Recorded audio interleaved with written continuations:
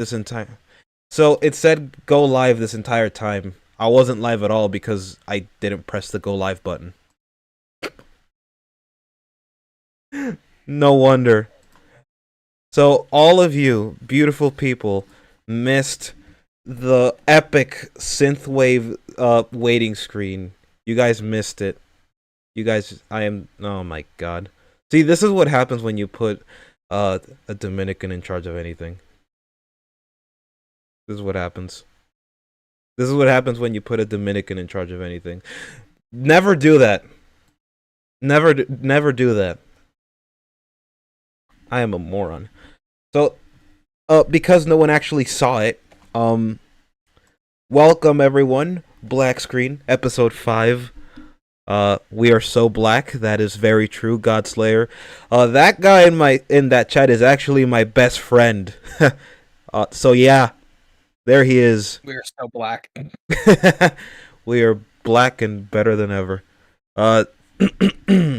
So yeah, apologies for the technical difficulties. We should have started, but I did not press the go live button because I am an idiot. Never put a Dominican in charge of anything. Today I am joined.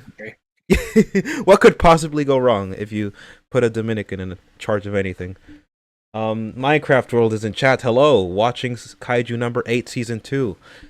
Nice. I've heard good things about it. We talked about it in the Zim server. I am joined today by Zimzilla, the local Kaiju autist expert. Yay! You want your kaiju roar?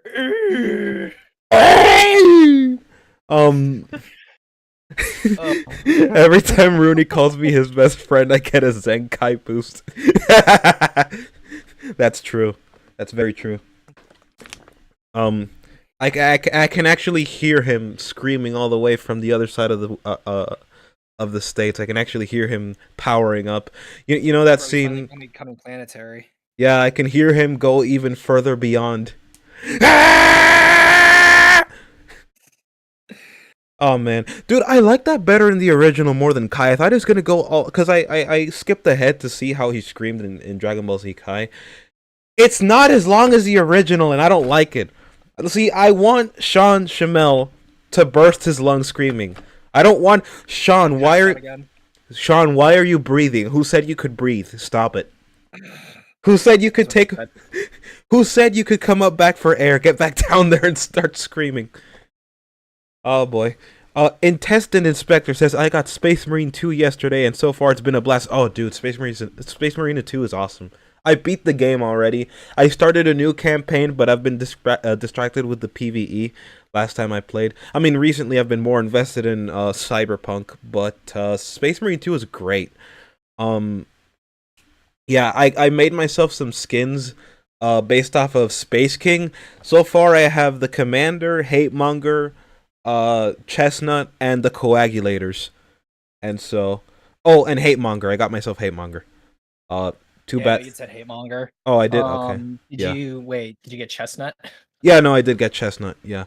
The one thing. It's funny. I like his armor the most out of all of them, just because he doesn't have the full angry face. It's a little bit different.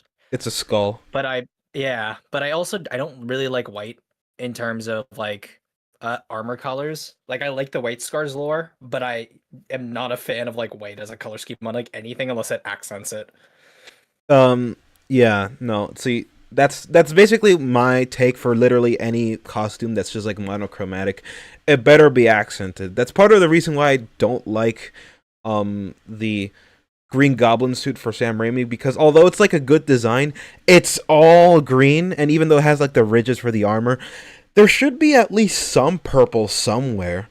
So there's this one edit that did this the suit where it gives him a widow's peak at the top of the helmet, and that side of the helmet is all purple, and some some parts of the chest plate and the shoulders are purple. So, is it an edit, or is that was just how the lighting was? In the movie, the lighting does make some parts of the suit purple, but some edits actually just makes the actual parts of the suit purple. So I thought I And I was thought that gonna was say, I'm like, great. I Yeah. I swear that I had seen clips from the movie where like how it like reflects with light and stuff that it does come off more purple. But there are like some designs I've seen where like you said, the Widow's Peak is purple, some of the arms are purple, the shoulders Yeah. are purple. Yeah. It looks more comic accurate. Hmm. Um. Yeah. Uh. Rooney, did you ever see the McRib Goblin? Yes, I have. I don't think I've ever seen. See, Tolkien wishes it was good as the McRib Goblin. We can never top such great works of fiction such as the McRib Apparently Goblin. the McRib was back last year, Wait, it but there was like was? no McDonald's in my area that had it. Like it was very limited run apparently. Oh man, I wish I would have gotten the McRib. You want to know something really interesting Yeah. is that if you buy spam bacon, like bacon spam, and then you fry it, it tastes like a McRib. Hmm. I might try I was that very then. surprised. You need to. I Yeah. was so surprised when I was like, why does this kind of taste like a McRib? I might actually have to try that. Um, Intestine Inspector, Hank, don't abbreviate Cyberpunk, Hank. I did that in my server, and one of the people there was like, "Huh? What do you mean, CP? What do you mean, Hank? Rebecca! Don't abbreviate Cyberpunk, Hank." Oh boy, I've been obsessed with the soundtrack too, especially Phantom Liberty. I've heard great things about Phantom Liberty, and yeah, I've just been stuck playing Cyberpunk because I finally romanced Pan Am, and I abandon every story mission for the chance to hang out with Pan Am just for like a few seconds. That's how I love Pan Shit. Am. Dude, Pan Am is great. Shut up. Okay, shut up. Pan Am is Shit. She is autistic in every. She loves trains. She's stupid and smart at the same time. She's perfect. She's quite literally. She's brown. She's a perfect woman. I don't know what to tell you. She's perfect. She loves cars. She's perfect. She's the perfect woman. I wish women were real. Yeah, no, they're a fiction, a delusion of the mind. Yeah. Speaking of villains and cold-hearted beings, this topic of this stream in particular is going to be focusing on Max Allo's video on villains versus antagonists and what the difference is. Now, why are we talking about this?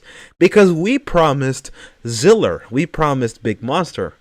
The reason why we're doing this is because this is relevant to things he said in the past video that we covered while I was dead sick. You should check that out if you want to, hear me gargling and hacking and coughing. So we are going to cover this video because it's very interesting. And so just to recap, um, what was it? I lost my train of thought. Hold on, because I just got a text. I lost my train of thought. Um, so we're covering this just to recap the previous stream or the previous video we covered on Max Allo. He had very interesting takes on Godzilla, and so we wanted to cover that. His videos are very his take on Godzilla is very I would say misinformed, misconstrued. His how he sees Godzilla in particular is also pretty erroneous, I would say inaccurate to the source material. And he basically views the source material in a very particular lens, which allows him to say, "Oh, X is this, Y is this." One of his favorite things to say is that Godzilla is a concept, and he says it in a really obnoxious way. I'm gonna try to keep the ad hominems at a minimum, but the way he says it is very irritating. Like, he's not a hero; he's a concept. Yeah, but then what does it mean by a concept then? If it's a concept, then therefore it would have to be conceptualized as a certain degree of relating things that would therefore make it not just a concept, but actually a tangible idea and beyond just a concept. Yep. Yeah. No. Absolutely. So I think he says it because the way he says it is almost like he discovered what the word could mean, and no, and now he's using it every chance he gets, which is funny. Personal anecdote: when I was in hospitalized in the army. There was this one guy there who spoke almost exactly like Max Allo, except he had a higher pitched voice. He um he spoke like a intellectual, basically. He spoke like an intellectual. And he liked saying the word confluence a lot. So he said it, and he said it with exactly the same cadence as Max. He said he likes saying that word a lot, like, oh, confluence, where humanity is in confluence with the universe. It made my skin crawl. So annoying. When someone is talking to you in like overly intellectualized terms, but then they can't actually justify the terms being used, like using intellectualized terms but then like being able to break them down and define what you mean when you're using that term, that is fine. But if you just sort of give like the most Reddit poll response to everything ever, I am probably going to assume you have no idea what you're talking about, but because you have internalized this interpretation, you think you're smarter than you actually are. Yeah, it's kind of like how a kid uses complex words to sound smart. Mm-hmm. Yeah. The inner machinations of my mind are an enigma. Yep. So, because we have a very limited time, we're actually gonna blaze through this Kaiju Not in Chat Kongfluence. Funny. Kongfluence. Kongfluence. So, That's gonna be a new meme for the channel, Kongfluence. Kongfluence. Before you do begin, I want to. There was something you said ad hominems. I want to send this to you. You'll get a kick out of this. All right. Let me just set the speed here because I hate how he talks. I really do hate how he talks. That's an unhominid. Yeah, bro, this isn't a I knew, I knew you'd find that one perfect. Hold on. I have a thing set up, so that we can look at memes, that we get in chat. I love this one. This one's great. Let me just show it to you. The chat. Oh boy. Let's It actually. appears on screen because I'm watching it on the other end as well. All right. Oh boy. This is perfect. This can be applied to literally like any, like if you're doing a response video or a stream, you can literally use. It's perfect. It's perfect. Oh wait, it hasn't saved yet. Let me just fix that problem real quick. Man, my computer's going slow. Thanks, OBS. Minecraft says it's a slightly lessened version of irritation to how O5 or Gramuglia speak. Oh, I wouldn't say Gramuglia. Yes. O5 no. I would say O5 and Allo can fight for second place. Gramuglia still takes that number one. Yeah. I can't stay for the entire stream, so I hope it goes well. Thanks, man. I appreciate it. Love you, buddy. What I miss? You didn't miss much, Cascade. Yeah, we really haven't started yet. Yeah, this is perfect. This is a perfect meme. Anyway, we're gonna get started, and we might actually have to speed up the footage for two reasons. Number one, I just might have to go too, because I have errands to run, and also, this guy talks really slow. I don't like how he talks. So yeah, we're gonna speed it up, and he talks with this pompous flair too. I don't like it. Yeah, that's ad hominem. Yeah, bro, this isn't a debate. I do not respect you. Yeah. Or to do it as the as Xavier's voice. That's an ad hominem. Yeah, bro, this isn't a debate. I do not respect you. Oh, I thought you meant Xavier's and Charles. No, you meant Xavier's and Renegade Angel. Oh, I love that guy, dude. Yeah. Oh my god, I need to rewatch that. I love that guy. All right, without further ado, we've ran out of ado. There's no more ado. Here we go. So, as many of you may or may not know, I have a crippling addiction to Is it playing for you? Trope. Yeah, I just started. Oh, you're not in the... crap. You're not in the actual... Am I in the wrong one? You might be in the wrong one.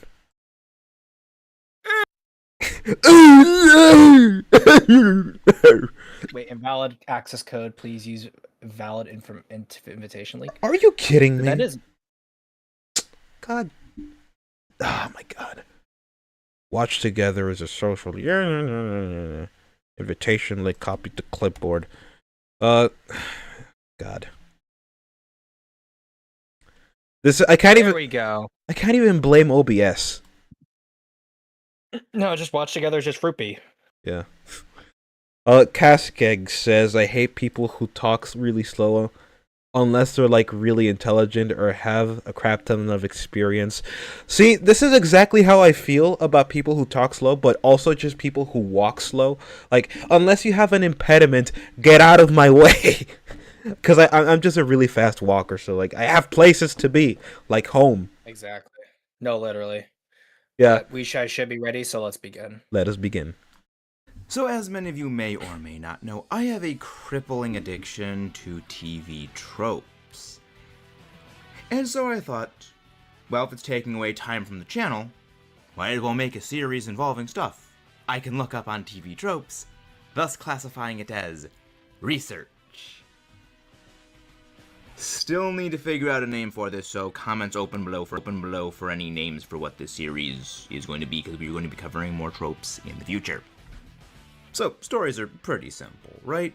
You've got your protagonist, your hero, the good guy, the one you're supposed to root for, and then you got your antagonist, the villain. He's the bad guy, the guy you want to see to get their teeth punched in.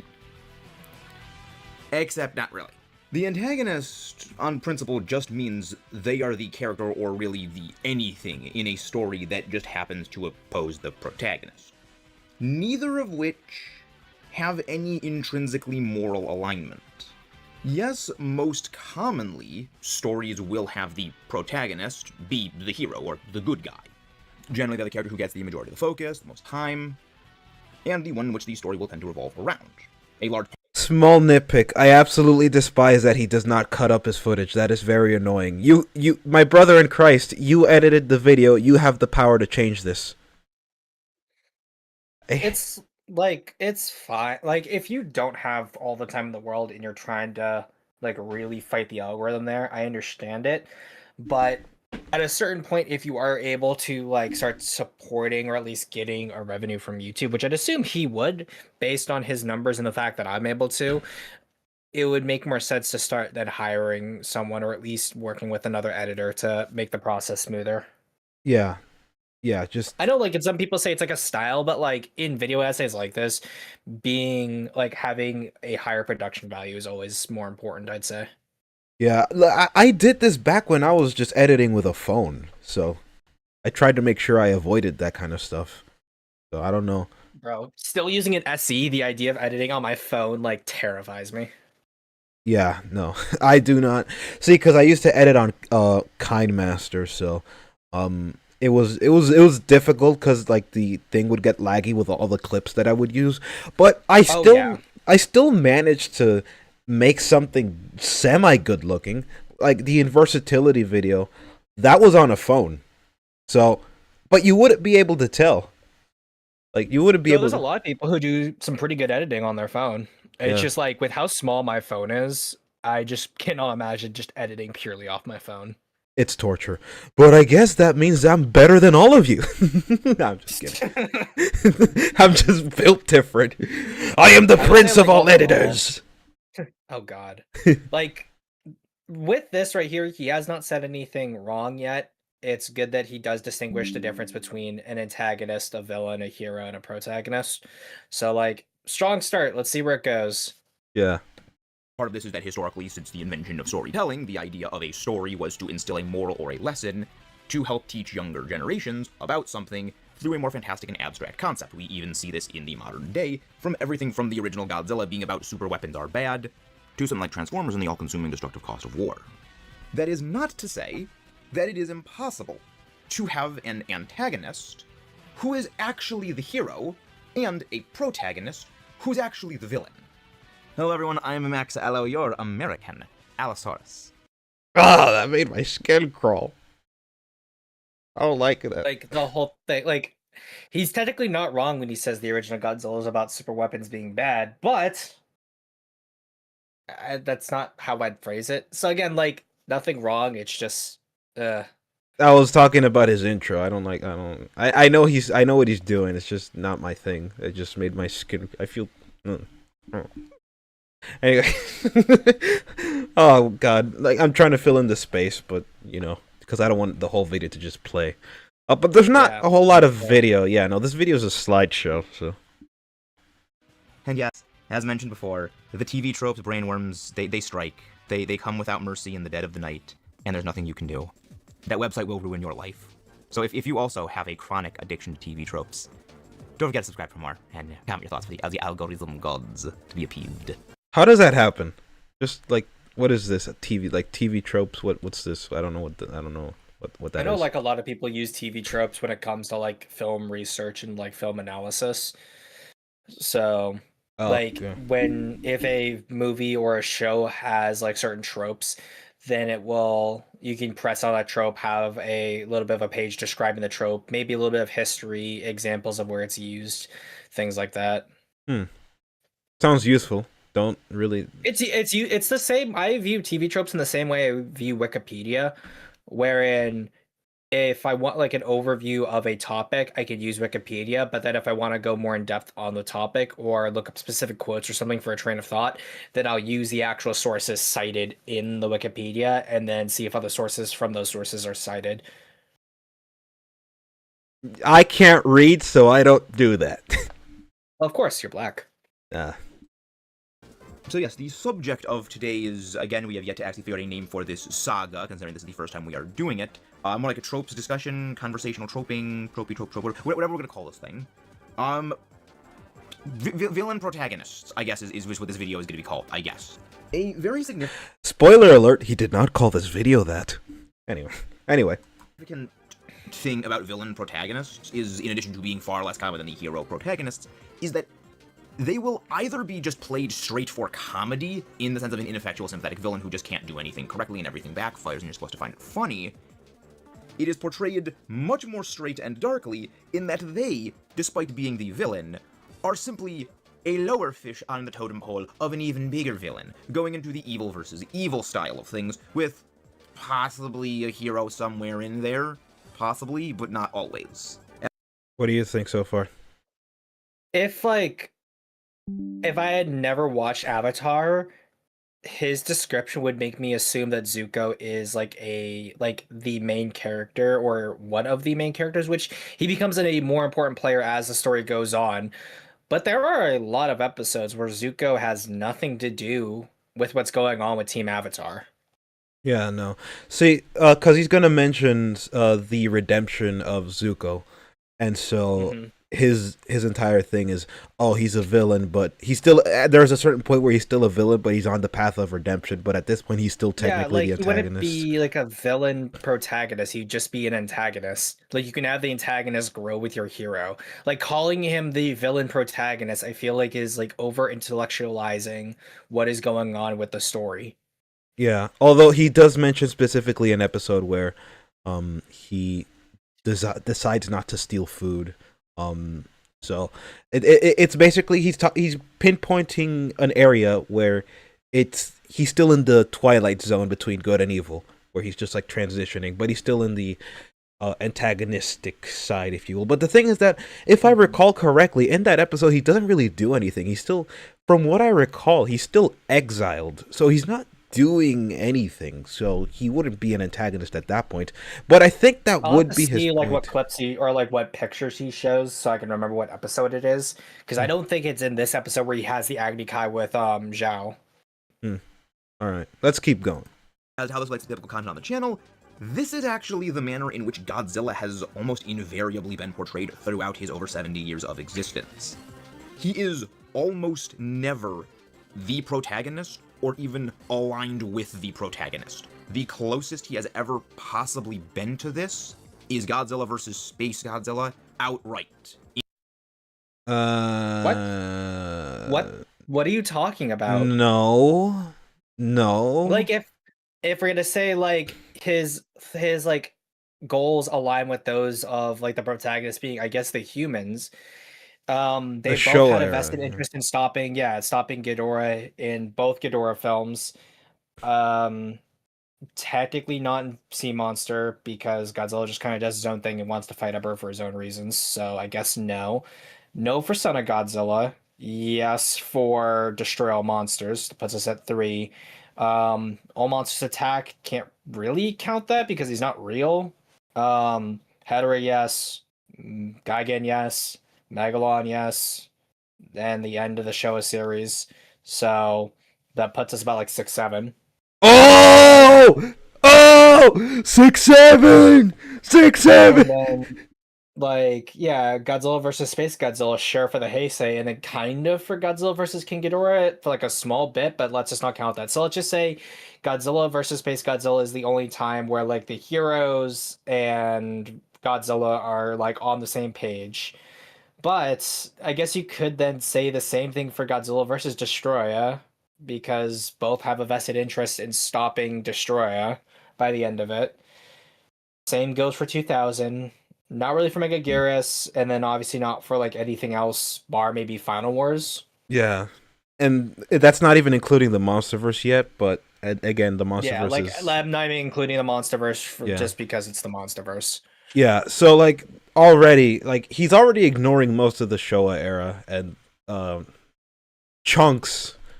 You did mention Heisei, right? Just in case. Yeah, we did mention Heisei, Okay. which Godzilla is usually not on the side of the heroes in the Heisei series, with like Space Godzilla and Destroyer kind of being the exceptions. Kaskek says KOTM. Yeah, no, KOTM. Yeah, they are aligned. Oh wait, well, 2014 as well. Yeah, 2014. Yeah, 2014, yes, Yeah. but we're not counting the Monsterverse. Yeah. So no. Just I'd say anything we're talking about is like Shin and backwards. Yeah, no, that's Just because I feel like that makes more sense, and then just excluding 2014 because again, Monsterverse, and probably he's going to talk about how the Monsterverse is very different in this regard. So, oh, that actually, hold on, because he says something much later. Before we actually get to that, again, I haven't watched this, but I'm just assuming that this is probably the logic road that he's going to go down. yeah. But would you call the Arbiter an antagonist in the Halo 2 campaign? I haven't played Halo. That's So yes, he is still an antagonist, even though like his efforts do not directly affect what the chief is going through. And he only becomes a like protagonist in the sense of on the human side after the Great Schism kind of finally begins in earnest. Like, he's the antagonist of the human side of the story, but he is the protagonist of his own story as well, because again, Chief and Arbiter story does not really cross over, and the only reason why they do is because they're going for the same object. Like, the only times those two actually encounter each other is when they're being captured by the Gravemind. yeah.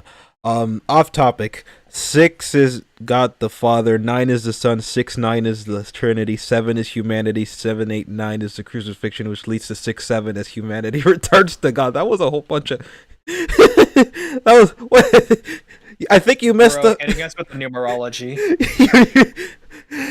I am doing 1 million calculations in my head and they're all wrong. That's what this is. You got all of those wrong. But hey, you needed that 6, 7 and 6, 9. Hey, Zim, why was 6 afraid of 7? Because 7, 8, 9. No, because 7, 8, 9's 1. Huh? Oh, one sec. My headphones died again. I hate that this does this. Anybody that watches DM and knows anything about Second. Come on. anyone that knows anything about DM, There it is. There we go. Now it's back. Yeah. You clank. Ugh. Oh, there we go. Am I clankering right now? You did for a brief second, but now you're back. Anyone who's familiar with DM and Profin knows where that meme is from. 7, 8, 9's 1. Oh. You be what? You be what? Let it ride. I love Giggle. I love Giggle and Salem, dude. They're great. I should read that webcomic of Roy the Demon. I should read it. Anyway, let's keep going. In general, he is just indifferent to humanity, and we only see him helping us as a side peripheral benefit. The reason for this is that the kaiju What are does never that even mean, a actually the side central focus peripheral of any of benefit? the kaiju. It means whatever he wants it to mean, because if you remember, Godzilla is not a hero or a villain because he stands above morality. Because he's a concept. Yeah, he's a concept. Yes. Kaiju films. Yes, this is not something that is used. It is overplayed far more heavily in the MonsterVerse to the point of they feel like family dramas crammed into a universe of kaiju films, but invariably a kaiju story centers on the humans, that being the humans are the way we experience the kaiju. We receive the context of the kaiju through the humans. They're kind of important. It's just we hate bad humans. Godzilla is more or less the deuteragonist at best. And See? He's above morality. The second guy, no, not the co-protagonist who shares equal billing with their other co-protagonist, not the supportive protagonist who's the main character, but not the focus of the story. This is the second person. The show revolves around a character whose actions drive the plot just as much as those of the protagonist. The deuteragonist is the second most important character in the story. The first is, of course, the protagonist. This character can either be with or against. Like, no, because Yeah, no. given the fact that Godzilla is so integral to the actions of the characters in terms of what's going on throughout the story, calling him the deuteragonist I think only applies because since he isn't the mover and shaker of the individual actions of the humans on like a personal level, that's why he's not the protagonist. But no, Godzilla has always been viewed as the protagonist of these films. Like even during the first film, when Akira Takarada like came into the shooting, there's like an anecdote that he makes where he says, "Oh, I'm like Akira Takarada, I'm the protagonist," and like one of the guys is like, "No, Godzilla is." So I don't get this. Like, this feels like over intellectualizing. Yeah, no, over making it more. No, but he's operating under that same previous paradigm that because Godzilla is more, because usually whenever you talk about protagonist and antagonist, your mind automatically goes hero and villain, even though they don't necessarily have to be hero or villain. And so because he's operating under that paradigm, he's viewing Godzilla through that lens. But see, it's funny because it only applies for Godzilla, but no one else. He doesn't do that for anyone else, just Godzilla. That is the part. That's the part that I don't get. That's so confusing to me. It's like it's selective. That's what It's selective, and I don't get it. I really don't get it. It's just faulty reasoning overall. That's all it is. Yeah. And being the protagonist of his own sub-story, as the deuteragonist can actually be something of a protagonist supporter or an antagonist depending on the needs of the story at that moment. They can sort of slide between the two. He has also at times been a hero antagonist. We're going to get more into this on KOTM in probably a separate video, because in a very weird way, King Ghidorah is actually the villain protagonist of King of the Monsters. What are you talking? What? Emma Russell, that name means nothing to you? No? Okay. Alan Jonah? No? Ghidorah is still the antagonist. No, like... The antagonist can't be the mover and shaker of the plot. Is he saying that because Ghidorah is the central focus of the story, and we follow him going around, that he's therefore the protagonist, but he's the villain, so he's the... What is this reasoning?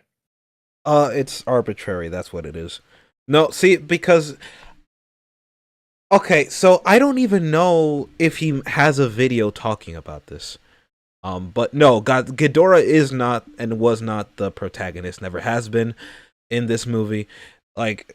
He was barely featured in the movie. I have no idea where he's getting that conclusion from. He's pulling it out of the ether. I don't know what. You could argue, like, you could possibly argue that Emma Russell is closer to this, because, like, the movie does focus more on her. So you could say that about her, but Ghidorah, no. Yeah. No. Kaskik says, "We are the villains because we invented taxes. Render unto Caesar what belongs to Caesar." That's all I have to say. You mean Kaiser? Who? It's a Fallout reference. Oh, I haven't played Fallout. Oh wait, True to Kaiser. Yeah, no, I haven't played Fallout. The only Fallout Cretin. I've only ever played Shelter, and I've only seen bits and pieces of the Fallout TV show. I know it was bad, but I really like that one scene of the bug-eyed girl going, "You want to have sex?" Like, oh god, with my penis. that was... I absolutely hate Fallout show. I love that scene. What do you mean? People have sex with their penis?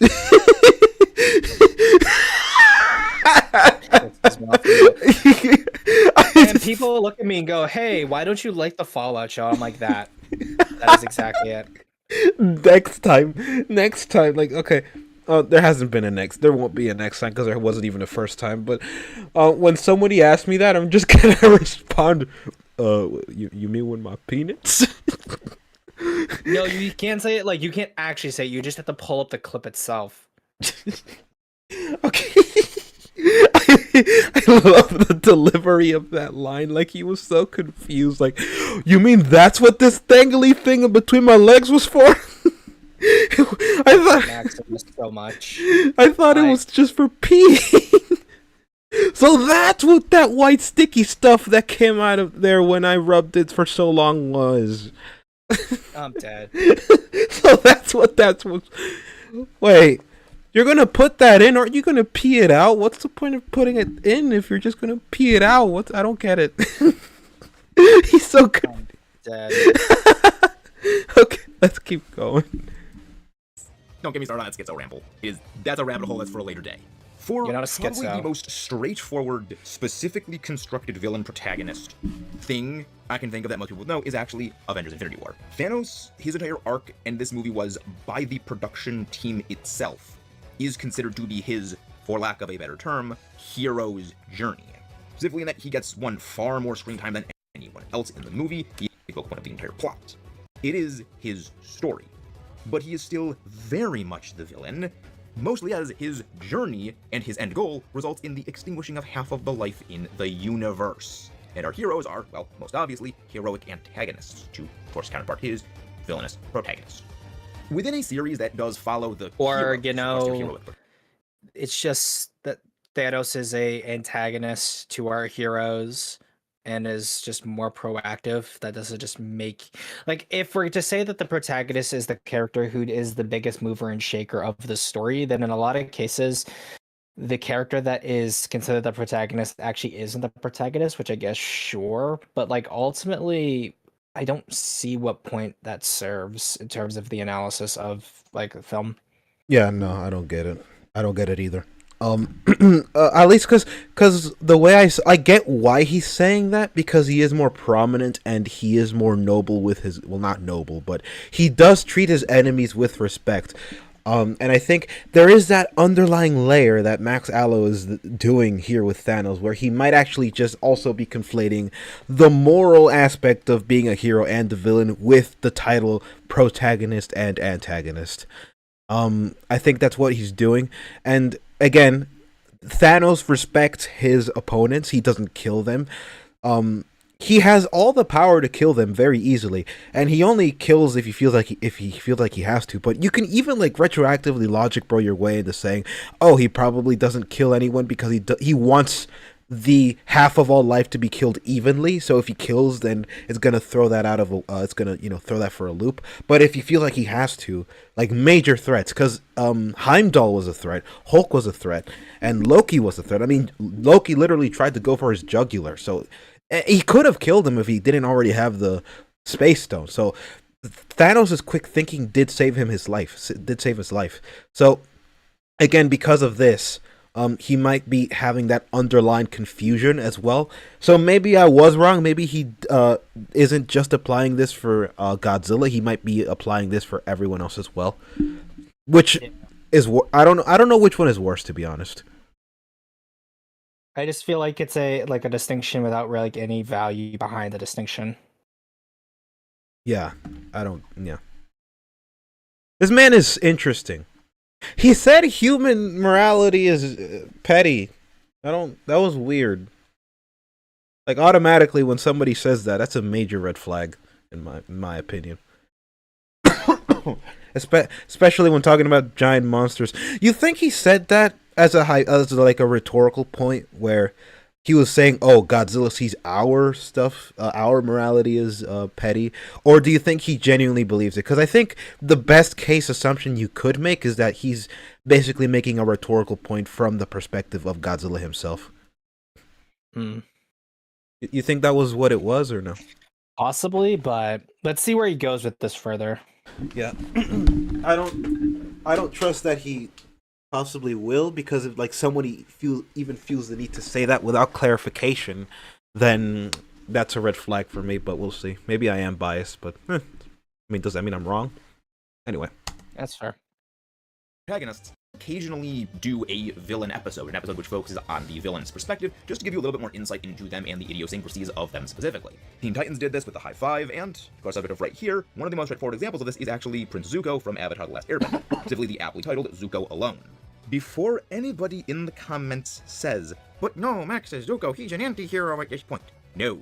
Anti-hero is a term that is so vague, it may as well be non-existent. There is no defining line between a hero and an anti-hero and an anti-villain and then a villain. It is simply a relative term for how a character behaves.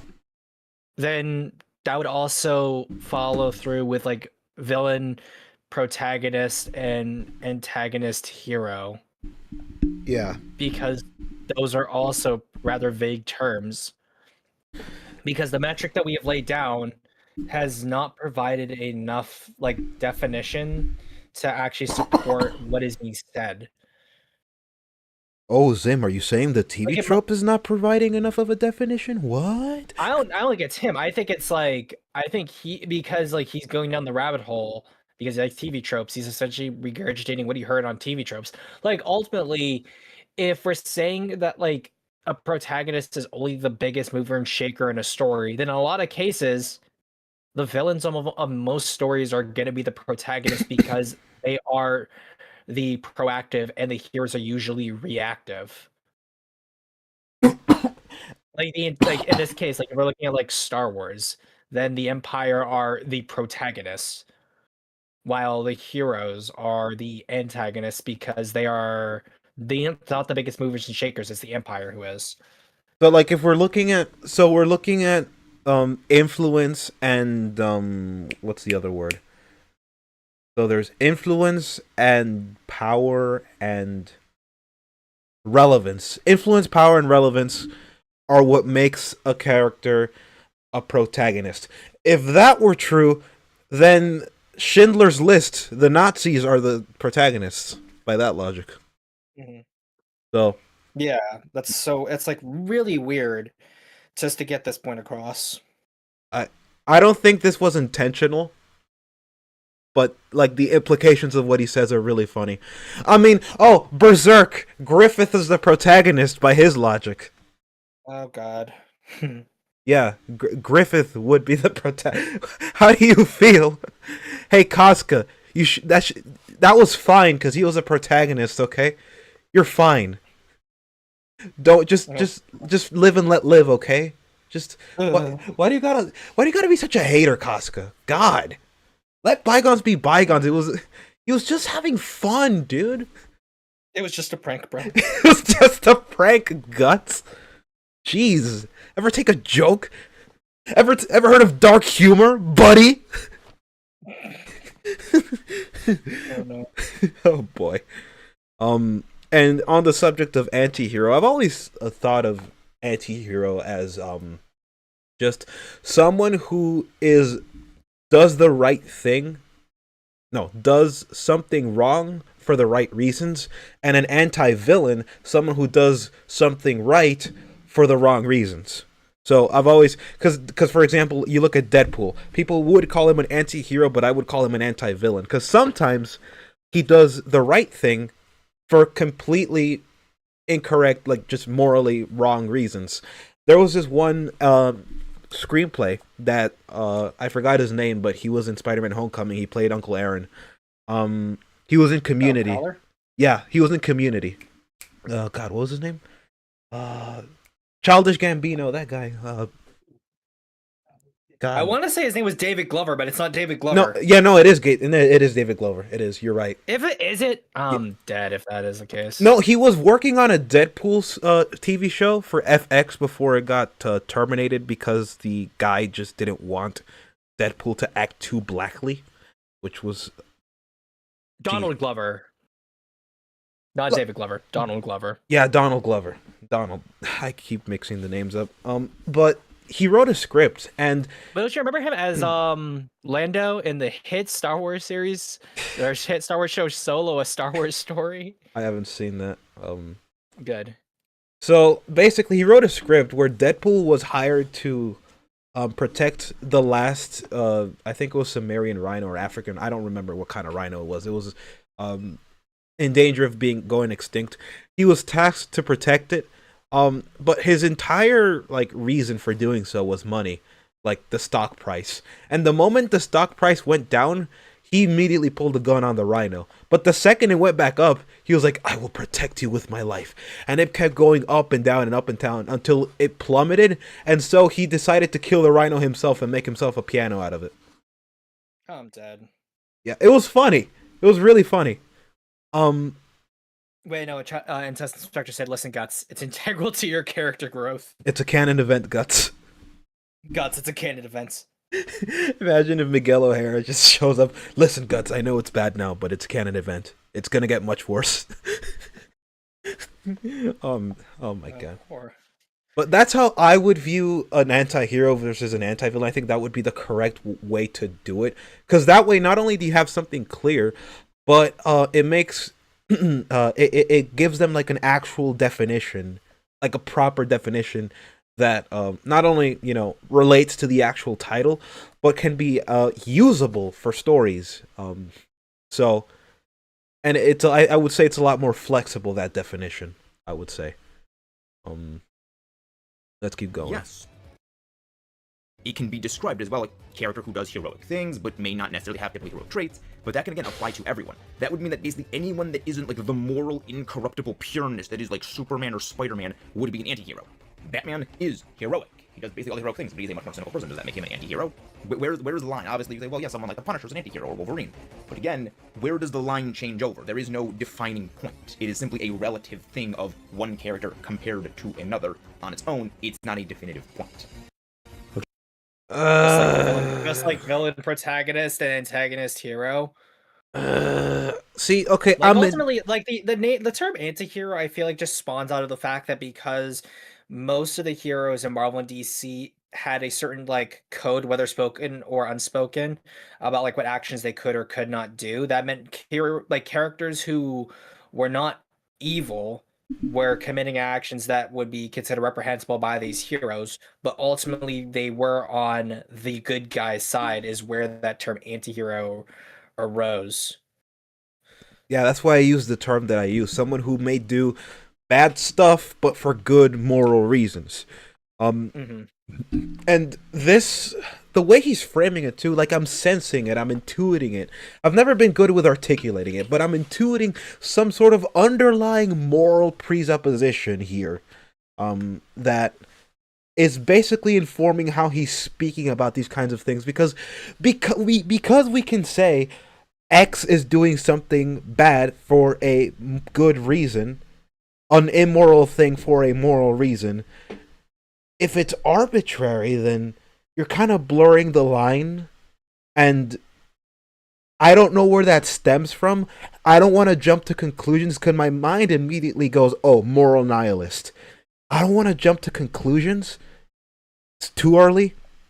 But I'm sensing the pattern. Well, I feel like it's one of those cases where he can't articulate the point properly, so he's going to say it's relative. But if we're talking about characters and their general morality, if we went through characters one by one and actually argued them out, then there would be standards that he'd uphold. It's just a matter of actually getting him to stick to the position if you were to question him in person. Because he does say that nature is an objective good, in itself. No humanity involved, just nature in itself is an objective good. So he does have a standard. It exists. What it actually is, though, that's the actual question. But there is evidence that it does exist from the prior video. But saying that, it's just pattern recognition. I can't jump to conclusions, but I sense the pattern. I really do sense the pattern. You're a noticer? I am a noticer. I notice things. Okay, rant over. So, Zuko, while he is a very different person now at this part of the series than he was at the start, he is still not a good guy. He has very much yet to make his heel face turn, which happens a season and then some after this episode, and even in the episode itself, he firmly reestablishes vocally to us, the audience, and of course the earthbending people around him, that he is Prince Zuko of the Fire Nation, clearly stating his allegiance to the Fire Nation and his goal to restore his honor from them. While we do see he has become a much better human being, namely in the sense of he will not stoop as low to steal food from a family that has a pregnant wife, seeing that even though he is starving, they need it more than he does, he is still not a good person fully yet. It is only after the War Council meeting where his father, Fire Ozai, says that he is going to literally burn the Earth Kingdom to a crisp with the power of Sozin the Comet, that he finally realizes the Fire Nation is absolutely awful and he is going to stop this. So yes, for the purposes of this episode, he is still a villain protagonist. Pause. So like, if Zuko, I do not believe Zuko would have, if you take it Zuko at this point in the story and put him in that situation there, even like if he didn't have the character development he has later on, Zuko has never been the character to like be okay with innocent people dying. Like the whole reason why he is scarred in the first place is because he disagreed with a military official over like the use of like soldiers and like putting their lives first above like some kind of vague sense of like pride or like duty and things like that. So by this logic, Zuko would definitely be a hero, or at least a anti-hero at this point in the story, saying that it's only now when he actually gets his honor restored that he sees the Fire Nation as bad is like almost a juvenile way to look at it. All right. Let's keep going. Even if it does not outright show him as being as villainous. For more comedic, or I guess darkly comedic, I guess you could say, ways, one of my personal favorites is Transformers Prime, a series that I like to refer to for, well, a great many reasons because it just does so much right. There's more than a few episodes that give you a better perspective of the Decepticon side of things. Generally, they focus more on Starscream, who is portrayed actually in a very believable manner as being threatening in some episodes, and then as a somewhat, not only incompetent, but ineffectual sympathetic antagonist, in that his plans tend to not go super well. Often because he thinks he is smarter than he actually is, and Megatron will call him out on it. Of course, making Megatron a villainous antagonist to his villainous protagonist in some of these episodes. The best example of them has to be Rock Bottom, where Megatron spends a great amount of time calling out Starscream for all of his failures, ripping the Dark Energon out of his chest in an attempt to kill him, leaving a cache of Energon still in an Energon mine, unmined as his own basically private retirement fund if he should GTFO without Megatron knowing. And then in a later episode, accidentally creating a zombie plague alongside Knockout. I wish I was joking about some of this stuff, as ridiculous as it sounds. It's a great show, and if you haven't seen it, I highly recommend watching it.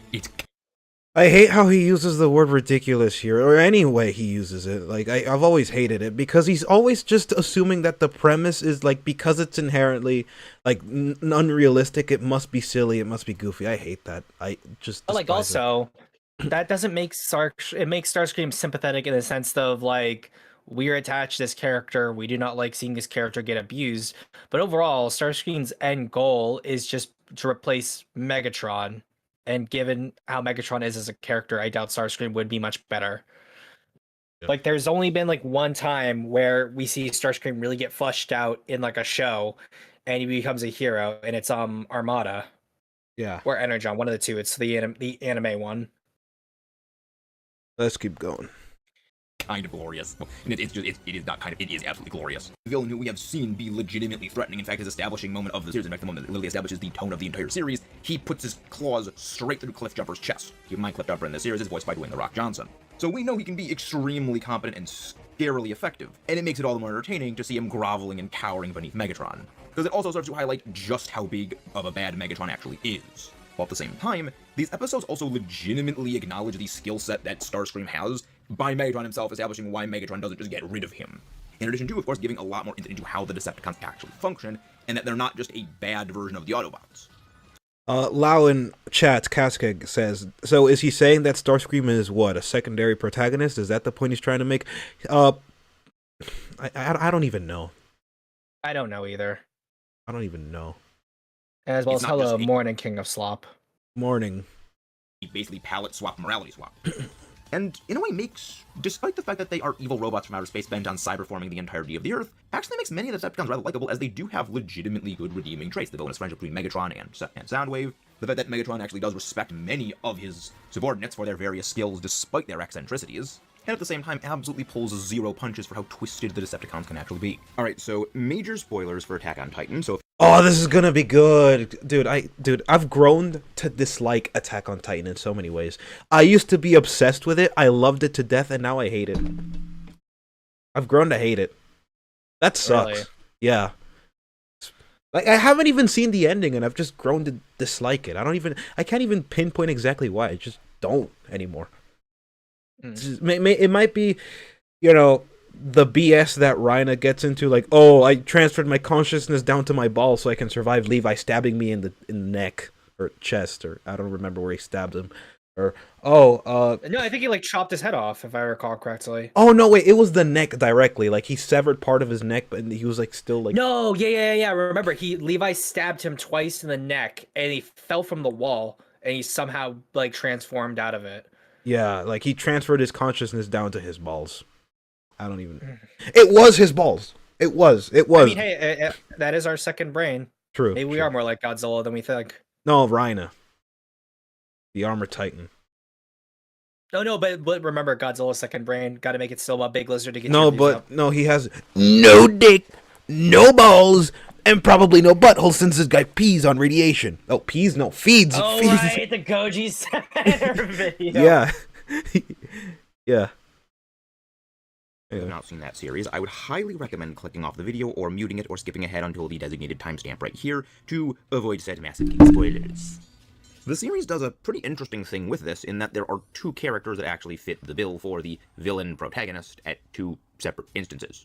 Initially, alongside Berthold, Rhina is portrayed as the closest thing the series has to an actual dedicated villain, at least until we find out about the whole Marleyan conspiracy, and that he was literally just acting on orders, with all the warriors believing themselves to actually be the heroes to helping put an end to the evil Eldian devils, breaking down the walls that kept the Titans away from them, and leading to the deaths of hundreds of thousands of people. Even though they were only 12 when they were sent to go do this, 5 years later, having stayed with the very people they were sent to destroy, they are still going to commit horrific acts, even understanding what they are doing is horrific. And understanding that there were no devils on this island, just ordinary people. Something that, come the 4-year time skip that takes place, absolutely breaks him. Are soldiers villains? No. I thought so.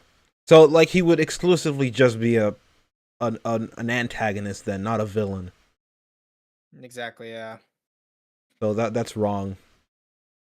As well as like the entire build up to him like revealing as the armored titan is like the whole thing about him living that fake life and not really sure what's what. So Rhino was never portrayed as just like an outright villain. It's very clear, at least motivation wise, that it was not just I'm gonna commit the evil acts. Yeah.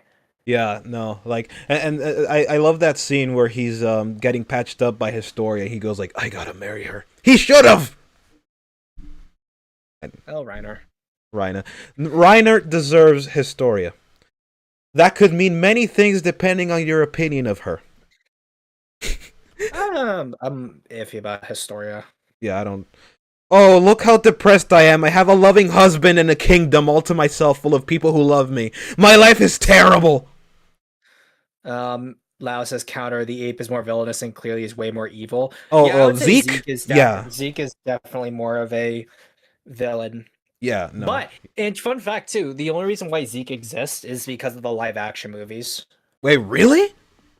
Yeah, because they based Zeke's character off of some of the aspects of Shikishima from the live action movies. And that ultimately is how Zeke became a character, because the creator behind AOT was working directly with like Higuchi and those guys for the live action films.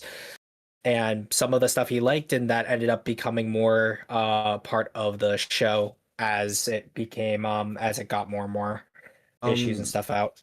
And how did that work out? Because okay, I don't really have any strong opinions on Zeke. I've always seen him the same way I saw Rhina.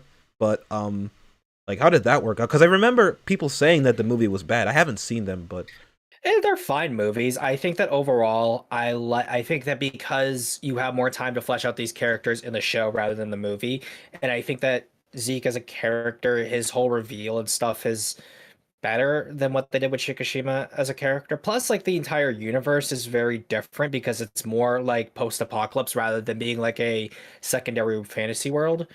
So I think that the things they pulled from the live action films to be a part of the manga and anime, I think, did the show a lot of favors. Might have to watch it, and also out of respect, because I know one of the actors killed himself. So yeah, Yeah, it was the I think it was the actor behind Aaron did. oh Jesus, Yeah, that's morbidly fitting. and yeah, it definitely sucks, but like out of all the people, yeah, it is morbidly, like, gee, like it sucks to say that, but like at the same time, God damn. I think it was because of like a lot of the criticisms that the films got, and because AOT was so big at the time, that ultimately kind of is what pushed him over the edge. Jeez, rest in peace. Let's keep going. Becoming a shell of who he was before, despite now becoming the protagonist of a arc, where we see the world through his eyes, and he rightfully sees himself as a monster for what he's done.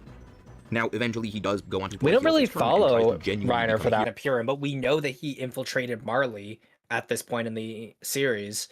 So I wouldn't say that he is like Reiner's now the protagonist of this arc. Yeah, no, like Reiner still, even though he gets his dedicated time, like with his mother and everything, and being called a hero, and even like there are some points where he has like actual hallucinations. Is not that much, but it's not that it's not effective. It's just that like, it's not. I think he's just he's another point of view character that we follow. Yeah, and it's not even the first time this has happened either. Though he always dreamed of being, but it is hard to call him anything other than a villain until pretty much the very end, considering the gravity of what he did, even if yes, it was misguided and manipulated. From the perspective of anybody who gets attacked, any soldier might be seen as a villain. That's very childish. And more holistic. Like if I were still in the army and I were deployed to, I don't know, like the Middle East, and like, am I a villain? I'm just doing my job. I'm just building I'm just fixing javelins. I'm just fixing LRAS monitors and stuff. Like that's what I'd be doing. Like, am I a villain? Just according to a lot of these people, yes, you would be considered a villain, which is silly, juvenile, of the highest accord. Jesus. Like, I think that overall, when it comes to like the action soldiers commit, like there's a reason why people try to hold on to the rules of war so tightly. It is that so any violence that does happen is between two like willing combatants, and then ultimately the violence can come to an end. Like the one time you could say like a soldier is doing something villainous is if like they're doing things just to hurt people, like trying to torture people just for the sake of torturing them, or attacking civilians because it's fun to do so, things like that. Yeah, that was my actual concern when I was in boot camp. Like, am I doing the right thing? Like, are we even fighting a war that's like worth fighting? Like, are we just hurting people? Because I don't want to just do that, you know? If I could avoid killing people, I'd rather do that. But I just chose a job that is specifically training you to kill people. So who are you killing? Why are you doing it? And what's the goal? There are rules to that too as well. Like if you shoot someone and that they survive, you have to give them first aid. You can't just execute them. So that's like one of the rules of war that they teach you in boot camp. You can't if you do manage to kill them, then you kill them. But if they survive, you have to give them first aid. So you can't just, but you have to like strip them, take their weapons, so that, because if they're still alive and pretending to be dead, they could actually kill you. But if they are still alive, you have to treat their wounds and like imprison them. So Eren Yeager. Despite initially starting out the series as our hot-blooded, heroic, and actually very compassionate hero, albeit one with a nigh-on uncontrollable rage for those that caused him and the rest of the people on Paradis to be locked behind their wall of imprisonment, and later his desire to punish Marley for turning people into titans to hunt down their own kin, simply for existing. Following the time skip, we are reintroduced to a very changed Eren. Much like Reiner, he actually goes undercover in his enemy's homeland. And much like Reiner again, he came to understand his enemy and even pitied them, feeling remorse for what he was going to do. To the outside world, They had always hated Eldians because of their ability to turn to Titans, and knowing Eren now held the power of the founding Titan, which they did fear would allow him to unleash the power of the Titans that were trapped inside of the walls, the Wall Titans, and begin the rumbling, something which would basically flatten the entire Earth outside of Paradis. They labeled him the enemy of mankind for this ability he had. They weren't fully wrong about him, given that is exactly what he was going to do, though only in response to the fact that they were forcing him into an us or them situation. Either we wipe out the Eldians, or they're gonna wipe us out. However, before things get to this point, we are shown Eren in a completely terrifying new light, rather than I love the rumbling conceptually. I just want to clear that up. It's one of my favorite apocalypse scenarios, and they ruined it. Anyway, the hero that would go and save his own people from the Titan Menace. He has become the very Titan Menace they describe. We are shown a human level observation of him going smashing and just obliterating Marleyan top brass and civilians alike. Okay, the civilians were collateral. The people that he killed intentionally were soldiers, generals, politicians, that kind of people. He didn't go on a rampage, and neither did people like Rhina or Bertold. Bertold just kicked the wall, and Rhina just barreled through it as well. So like they both penetrated the wall, but they didn't just stay to kill people. The Titans were the one that did that. Now you could still blame them for it because it's still by proxy killing. But at that point it's more so collateral than anything. The goal was to wipe them out. But in Eren's case, he was trying to achieve the power of the Warhammer Titan. He was trying to acquire all 40k liters of the Warhammer Titan's blood, and get it? Get it? All 40k liters of the Warhammer Titan's blood? Zim, get it? Mm-hmm.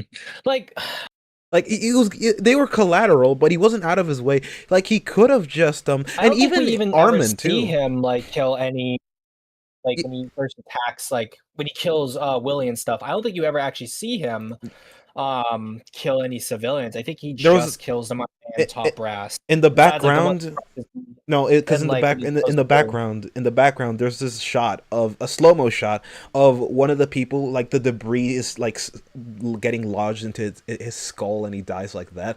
But again, collateral. That's not him actively going out of his way to murder the innocents. That's collateral. That's different. He's responsible for the collateral, but to call it murder, that's just no, that's a different crime. Maybe manslaughter? No, because manslaughter's with a vehicle. Yeah. Wait, does manslaughter is that exclusive to just vehicle? Oh no, because there's vehicular. Okay, no, there's vehicular and manslaughter. Manslaughter, I think, is the intentional, unmeditated killing of someone, if I recall correctly. Yeah, that might be just manslaughter, but not murder. That's a different crime. Yeah, it's killing a human without malice or forethought. Yeah.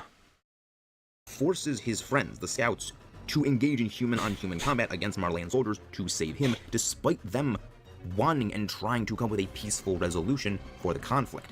No one wanted to use the rumbling. However, as we find out, Eren was planning on using the rumbling, sending his hordes of Titans out to flatten the entire world in vengeance for what he and the other Eldians had suffered, returning the world's hate upon them over 1,000-fold. Or rather, that is what he wanted the world to believe. In reality, he hated the fact he had to do this. What he really wanted was simply the Eldians to be free of the hate the world heaped upon them, and to remove the power of the Titans from the world. To accomplish this, he had to become an even greater monster than the world believed the Eldians were. Not his point, but if he wanted that, then Zeke's plan for euthanasia, why he should have gone with that then. That would have been a much more viable. But then, okay, the Eldians would have hunted them down, but then why not just pull up the walls and just keep them up? Just seal themselves off from the rest of the world again, then. They could have just ultimately, the world of Attack on Titan pushed everything into a no-win scenario for the most part. And with Eren having the ability to have foresight, you kind of write yourself to a corner where if a character is able to see into the future, then ultimately whatever decision they make had to have been one of, if not the most optimal outcome that they could have done. And I think that that's a whole other morality topic to discuss, but I do have to bounce because it's 2:30 and I have work. Yeah, I have to bounce too, but we're almost actually done, wait. So. Let's just speed through it then. Yeah. And by forcing his own friends, the Eldians of Paradis, and the Marleyan warriors, who were Titan shifters themselves, to end his life, forcing the world to see Eldians saved them from a guaranteed future of freedom. Because of the power of the Founding Titan, he was actually able to converse with each and every one of them in the split second before his death, so they would know what he is doing and why he is doing it, even his former enemies. And there was no hate for them, simply he wanted them to be free, but understood the magnitude of the atrocities he was committing. And while there is a very significant room to doubt the 80% number he actually hands out for how many people were destroyed in the ensuing attack, which, if you guys want to see a video basically break that entire thing down, I would like to do that, but if you guys want to, it is hard to call him anything other than a villain, even if it was out of necessity and technically in self-defense. It's hard to actually defend it. Thoughts? It's not hard to defend, it's just you are incapable of defending it. Yeah, no, but like the title of villain applied to Eren in this case. I would say, like, in terms of, like, to the people of the world, yes, he'd be a villain, but in the grand scheme of it, or, like, from a consequentialist perspective, he definitely wouldn't be a hero. Savior, probably, maybe. Yeah. Because, But, see, like- I think this is, like, the closest thing to correct he's ever been in this video, and we're literally just 1 minute away from finishing. So, yeah. Making him, very much by default, a villain. However, he is also the overarching protagonist of the entire series. So, as to why I'm going over this here, other than, of course, the TV tropes, brainworms. This is something that is going to play into a couple of projects I have coming up, going into more specific examples of this going forward, and it is something that I have kind of wanted to talk about for a while. Because yes, even though the protagonist is generally a hero, it's not always the case. Okay, that's overall just everything he has to say that is worth talking about. Everything else is like either planning or just recapping. But overall, in the final analysis, can we truly like say that he understands the differences between a villain / hero versus an antagonist / protagonist hero thing? Nope. No, he doesn't. He doesn't get it. No. He does. His major problem, his main problem, and I wish we had more time to delve deeper into this, but the main problem is that even though he tries to establish the distinction, he does it very poorly. And unless we're talking about, because there's a reason why he didn't bring up, because Catskick mentioned that in chat, like, does he not even mention Death Note? Like, the reason why he doesn't mention L or Light or people like Palpatine, Green Goblin, Carnage, Darkseid, Loki, or not Loki, because I'm thinking MCU Loki, but current. So I don't know, someone like that.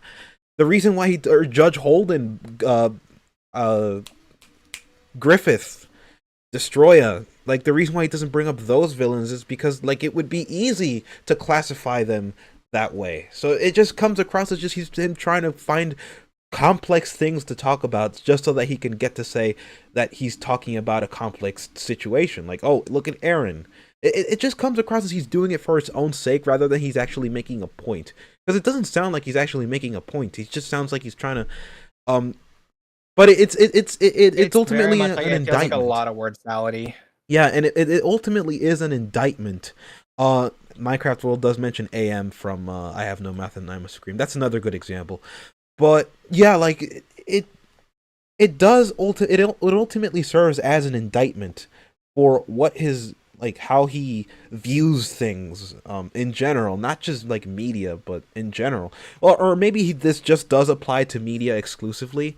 I'm not going to make any judgments, but again, my pattern recognition brain is screaming at me that something is wrong. Something is clearly wrong. And so this trilogy is, we're going to is trying to get to the bottom of that. So ultimately, in the final analysis, no, Max Allo does not understand the differences between like antagonists and villains and protagonists and heroes, like or anti. Like again, a villain and a hero is a moral title. An antagonist and a protagonist is I would say the perspective which you're focusing on. You're focusing on the hero, and if you're focusing on the hero is the protagonist. You're focusing and looking at things from his perspective, like the story, the audiovisual structure of the film or the show or the series is structured in a way that informs you that you should be agreeing with this person, or well, not agreeing, but we're looking at things through their eyes, their perspective, their world, right? When something bad happens to a good person, if it's from the perspective of a villain, there's heroic, triumphant, villainous music, right? But if it's from the hero's perspective, you get tragic or dark music, right? So that's ultimately what it is. And maybe I'm not explaining myself in the best way, but ultimately that is what it would be. But that ultimately assumes that there is an objective right and wrong. The fact that we can even discuss these things to begin with. The hero and the villain. Like, it ultimately reflects something very true in reality. An objective truth that is, good and evil. That it is real. Mm-hmm. And it seems like he's blurring that. He's blurring that with his word salad and his it's confusing, but I think it's also like that kind of worldview can only breed confusion. And from my worldview, that breeding confusion, even if it's not intentional, if it breeds confusion, then there's probably something rotten in it. But again, I can't make any moral claims. I know I'm skirting a lot around it, but this is just my pattern recognition brain talking and spazzing out. So, maybe if he ever wants to debate, which I am open to. Oh, I doubt it would, because I bet he'd get probably talk for 5 seconds and be like, I just I have better things to do. You're putting. I've seen him on Twitter, and obviously I've debated him once before, so I kind of know what to expect from him. But maybe he could prove me wrong. I doubt it though. Yeah, I'm willing. I'm open to it. I don't think he is watching. But if he is, then I am open to a debate. So I am willing to debate it. But I'm willing to debate. I'm always open to debate. I just doubt that we'll see it happen. My focus would be mainly just morals and ethics and storytelling as opposed to Godzilla specifically.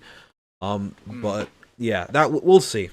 But yeah, now that the stream has come to an end, this was a very short stream. I really wanted this to be longer, but unfortunately, we cannot. So we both have to go. So any shilling? Any shilling? I'm gonna be doing another stream tomorrow. Goes to 7, 8-ish at night. Talk about Minecraft, doing a similar thing to what I did with Vic last time. And yeah. All right, cool. And I'm still recovering from my TerraBox blowing up, so my videos are significantly delayed. I was also delayed by getting sick, so I will be doing that Zack Snyder video. I will be doing those Dune videos. And I am working on that Moon Knight video as well, so that'll be fun. That might be my biggest project so far. Yeah, check Zim out. Link is in the description. Me. Alex Gomez says we doing Max Allo again. This is a trilogy, so this is the second stream out of 3. And yeah, we're basically done. So thank you guys for watching. Thank you guys for listening in. Thank you guys for tuning in. Apologies for any technical difficulties prior. I do try to record these so that in case there are too many difficulties that make these streams unwatchable, I can make these watchable for you guys. So yeah, if this blows up, we might do a 4th one. And yeah. Link is in the description to all the hosts that could potentially show up. And yeah, like, subscribe, hit the notification bell. Check me out on Rumble. I might be posting new music there. Check me out on Patreon. Support me on Buy Me a Coffee. And yeah, I really do rely on your guys' support. So if you guys could get me to 500 subscribers, that would be swell. But yes, Zim, nice having you here.